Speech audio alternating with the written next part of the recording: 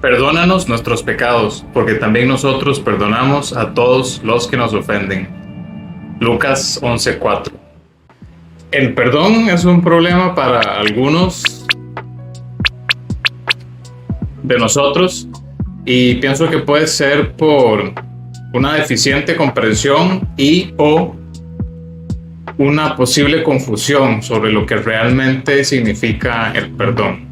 Pienso que parte de la confusión puede ser la falta de información sobre el tema y que esta ignorancia, sumado a lo complejas que son nuestras emociones, nos aleja de conocer la realidad sobre el perdón. Para empezar, está escrito: si confesamos nuestros pecados, Él, o sea, Dios, es fiel y justo para perdonarnos nuestros pecados y limpiarnos de toda maldad. Primera de Juan 1:9. Otra vez, Primera de Juan. #Team Primera de Juan. Cuando no creemos que Dios de hecho nos ha perdonado después de confesar, ponemos en duda su fidelidad. Estamos diciendo que no se puede confiar en las promesas de Dios, o sea, estamos diciendo que Dios es mentiroso, básicamente.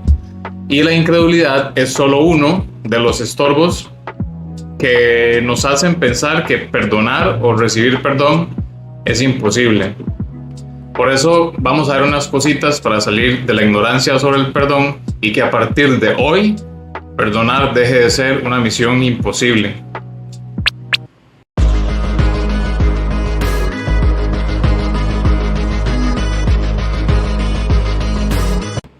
La primera, el perdón ni se compra ni se vende, así mismo como el paso doble. Cuando pecamos, una de las cosas difíciles para nosotros es aceptar el perdón gratuito, misericordioso y lleno de gracia que nos ofrece Dios, porque hay que admitirlo, somos orgullosos. Algunos más que otros, pero todos tenemos orgullo al fin y al cabo. Cuando hacemos algo mal, queremos compensarlo, queremos solucionarlo por nuestros propios medios, por nuestra propia mano, por así decirlo. Y es por ese orgullo y arrogancia que nos negamos a aceptar el perdón de Dios. De esta triste realidad se desprenden muchas prácticas religiosas que tienen por objetivo purgar, sufrir o alguna forma de castigo para merecer el perdón de Dios, o al contrario, hacer cositas buenas o algunas cositas buenas, todos sabemos de qué estoy hablando, para buscar el perdón de Dios o para buscar la gracia o el favor de Dios, para que Dios me perdone. Entonces recordemos, el único requisito para ser perdonado es el arrepentimiento. De hecho, es el primer mensaje que da Jesús. Arrepiéntanse porque el reino de los cielos se ha acercado. La segunda, el sentimiento de perdón versus el perdón real. Que hay una diferencia entre el perdón y el sentimiento de perdón. El perdón es objetivo. El sentimiento de perdón es subjetivo. O sea, el perdón es sí o no, blanco o negro, o sea, no hay quite. Estamos o no estamos. Pero el sentimiento de perdón es algo muy personal de cada quien. Por esto es subjetivo. Puedo sentirme perdonado, pero de hecho no estar perdonado todavía porque no me he arrepentido, como vimos en el paso 1. Y también sucede a la inversa. Puedo no sentirme perdonado, incluso aunque ya me he arrepentido y Dios me perdonó. Si Dios dice que una persona es perdonada, esa persona está de hecho perdonada y punto. Nuestra falta de sentimiento de perdón no niega la realidad de lo que Dios ha hecho. En el mundo ideal, los cristianos vivimos por fe, no por vista. Vivimos cada día por la fe en la palabra de Dios, más que por nuestros sentimientos. La cuestión del perdón está muy relacionada con esto porque no es si nos sentimos perdonados, es si nos hemos arrepentido ya. Si confesamos nuestro pecado y le pedimos perdón a Dios, podemos estar seguros de que Él nos perdona porque así lo ha prometido. La tercera cosita es sobre el perdón y el olvido. La Biblia enseña que cuando Dios nos perdona, Él se olvida de nuestros pecados. Y esto no quiere decir que Él se le borra de la memoria, sino que nunca más se vuelve a hablar de eso. No es que se olvida por completo lo que pasó. Es que Él ya no tiene esos pecados en contra nuestra. ¿Cuántas veces alguien te dice, ok, te perdono, para al siguiente conflicto, o al día siguiente, o a los 5 minutos, te saca en cara lo que acaba de pasar, o algo del pasado. Sucede mucho, desde luego, en las discusiones de pareja, o con amigos que queremos mucho. Entonces, supuestamente esa persona te perdona, luego te lo echa en cara, entonces es como si retirara el perdón que te acaba de dar, o sea, es como que ya no vale. Con Dios no pasa eso. Si Dios me perdona, eso queda resuelto.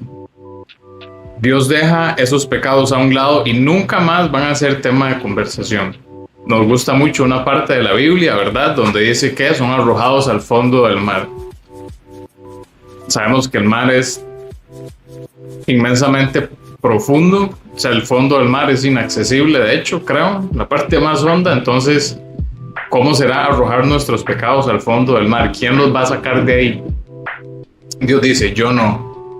Y si Dios no los va a sacar de ahí, nosotros tampoco deberíamos hacerlo. Sin embargo, a menudo reabrimos heridas del pasado. En psicología existe este concepto de los pensamientos rumiantes. Son estas ideas intrusivas que provienen del estrés, de pensamientos negativos, de nuestras preocupaciones, nacen de ahí muchas veces y le damos vuelta y vuelta y vuelta, como era una vaca, ¿verdad?, rumiando y rumiando, y no conseguimos más que sentirnos más miserables, no se resuelve nada. Hay que tener cuidado con esos rumiantes, ojo con esos rumiantes, deténganlos. Si he perdonado a alguien, incluso a mí mismo, no debería gastar ni un segundo más pensando en eso. Eso es lo que hace Dios. Perdonar no significa olvidar, significa no mencionarlo. La cuarta y última, las consecuencias del pecado. Un esposo o una esposa es infiel, se arrepiente de todo corazón, va donde su cónyuge y lo confiesa. Ok. Otro ejemplo. Invitamos a alguien a la casa, que le tenemos mucha confianza. Esa persona se abusa de la confianza y nos roba algo. Nos roba los cubiertos de plata o X reliquia de la abuela. En ambos casos, la Biblia nos dice, debemos perdonar, estamos obligados a perdonar, de hecho, porque habla sobre el amor a los enemigos. Entonces, si estamos obligados a perdonar, y por la misericordia de Dios, es cierto que podemos dar y recibir perdón, podemos ver nuestras relaciones restauradas. Hay cualquier cantidad de testimonios que hablan sobre eso, cosas horribles que sucedieron en una pareja y sin embargo ambas personas ponen de su parte y junto con la ayuda de Dios logra haber una restauración milagrosa. Eso es posible, pero eso no significa que necesariamente que nuestro pecado no tenga consecuencias permanentes, muchas veces dolorosas. Entonces, en el caso del adulterio, la Biblia lo prevé y lo aprueba en ciertos escenarios. Hay una salida que es hacia el divorcio. Esa es una de las consecuencias del pecado. La otra es el perdón y restauración. La otra puede ser sí perdón, pero esta relación no sigue más. Y en el otro ejemplo, esta persona que tiene un abuso de confianza, sí podemos perdonar y puede que se restaure la relación si esa persona restituye lo robado, si pide perdón y se arrepiente con nosotros. Pero puede ir por otro lado, puede ser que simplemente se pierda la amistad si tal vez el valor de lo robado no es tan significativo, o puede ser que esa persona a la cual teníamos confianza pierda su libertad. Las acciones tienen consecuencias, los pecados tienen consecuencias, y aunque podemos perdonar, algunas de esas consecuencias pueden llegar a suceder.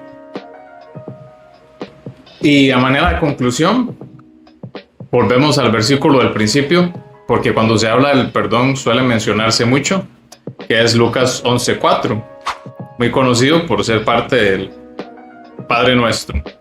Perdónanos nuestros pecados, porque también nosotros perdonamos a todos los que nos ofenden.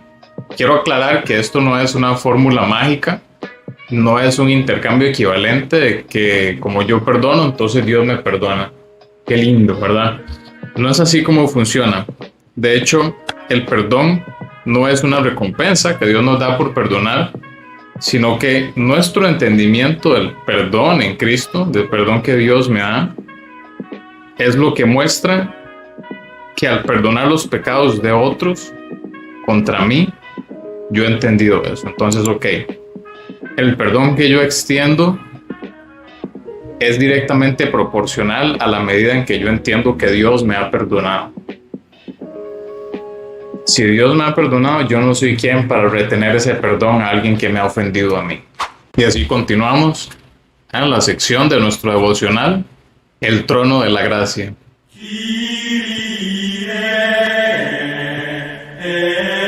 En el trono, ¿qué es el trono de la gracia si está viendo esto por primera vez? El trono de la gracia es acceder a Dios con toda honestidad y Él promete escucharnos sin juzgar. Aquí la pregunta es, ¿estoy yo escuchando lo que Dios me quiere decir a mí? Porque en mi experiencia, Él quiere lo mejor para mí y lo expresa muchas veces en cambios que tengo que hacer en mi vida. Entonces, ¿lo estoy escuchando? Ir al trono de la gracia es algo espiritual, es una oración, básicamente.